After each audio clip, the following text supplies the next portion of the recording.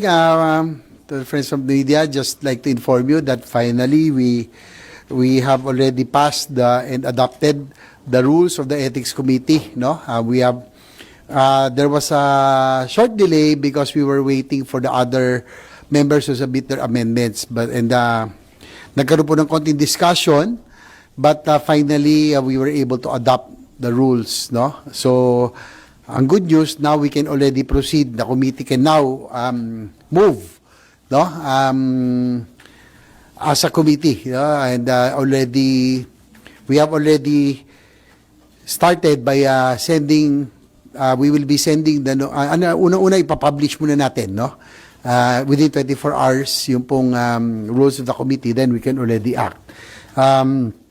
Siguro we will already be sending the notice to respondents of the cases after we have published the rules, no? So, and then the next hearing, which we will be announcing later on, gagawin siguro namin doon, we will first determine if the complied with yung form and substance doon po sa sa cases. So we will tackle each case one by one. So as of the moment, we already have 9 cases filed, no? Iba-iba po 'yon.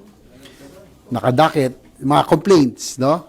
Pero iba naman doon the committee will determine kung frivolous or kung meron silang grounds or it's complied with form and substance. So yung unang first hearing after the publication of the rules, we will already determine yung form and substance kung complied with, and then if in case they will transmit the proper notice to the respondent as well. So kung mag-prosper, kung found to have grounds and complied, then that's the only time we will call the respondent, and we will also give the time the respondent to submit yung kanila pong response, no, at doon po sa kanilang complaint. Sir, since finalized na yung rules, napag-usapan na po ba kung paano yung no work, no pay sa mga senador?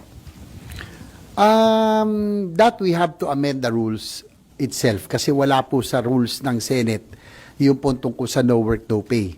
So, kung inaano nyo specific senator that is absent, we have to, before we can act on the complaint against him or her, we have to amend the rules again about it. No? Kasi you cannot find that particular any provision on no work, no pay in any of our rules. So, yun ang magiging mahaba. Senate at saka ethics. Yes. Sir, Yeah. i-propose nyo ba yung Senate ngayon? Or is anybody in the Senate pursuing that amendment? Probably we can, if any member would propose, no, that the rules be amended or propose the inclusion of such provision, yung no work, no pay, then we can make the necessary amendment. Kasi outright, kung itutuloy namin yan, the case will be dismissed. Kaya nga, wala kasi sa rules namin eh. Diba? So, it will be dismissed. Kasi it's not, you cannot find it anywhere in our rules.